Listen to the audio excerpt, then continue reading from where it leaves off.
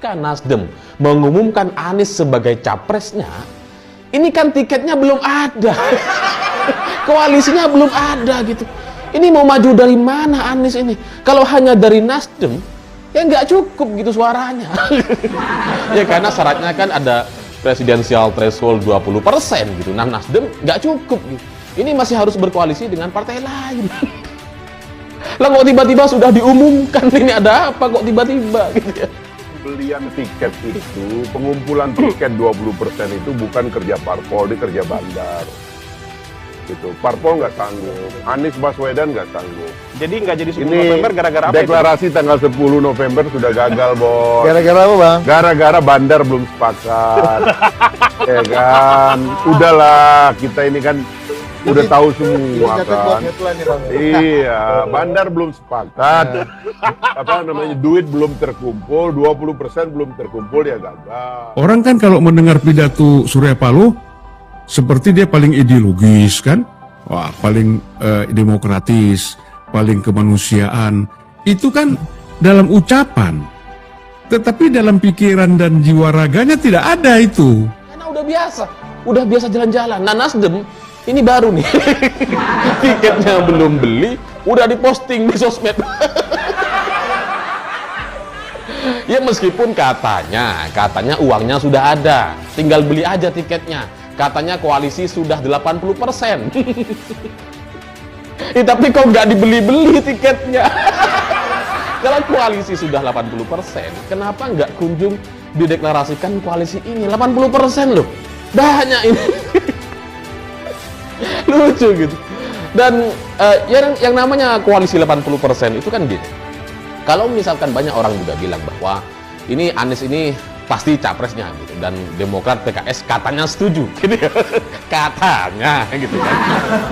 Ya, tapi sampai sekarang ketika Nasdem mengumumkan, ini yang mengumumkan cuma Nasdem sendiri gitu.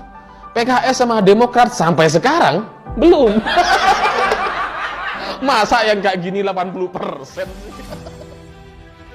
Partai Nasdem dan Anies Baswedan mati kutu, koalisi perubahan wajib dibubarkan.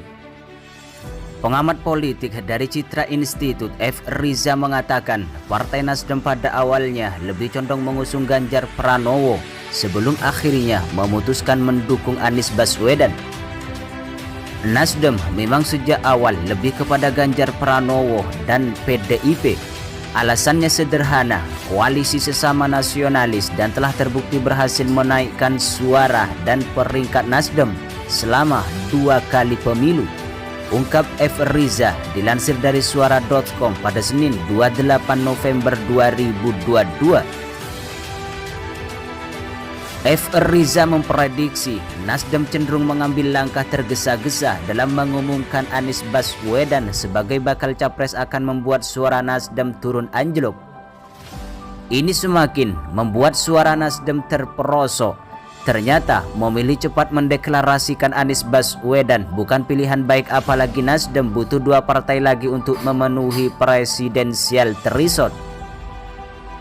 Nasdem dan Anies Baswedan malah terombang-ambing karena manuver-manuver Partai Keadilan Sejahtera dan Partai Demokrat. PKS dan Demokrat mengulur waktu deklarasi koalisi terkait soal cawapres. Ungkap F. Riza dilansir dari suara.com pada Senin 28 November 2022. Sebelumnya beredar desas-desus tentang adanya perpecahan di internal elit Partai Nasdem yang diperkirakan akan mempengaruhi perolehan suara di pemilihan legislatif 2024. Beberapa waktu terakhir, Ketua Dewan Pertimbangan DPP Partai Nasdem Siswono dan Wakil Ketua Dewan Pertimbangan DPP Partai Nasdem Enggar Tias Tolukita dikabarkan hengkang dari partai besutan Surya Paloh itu.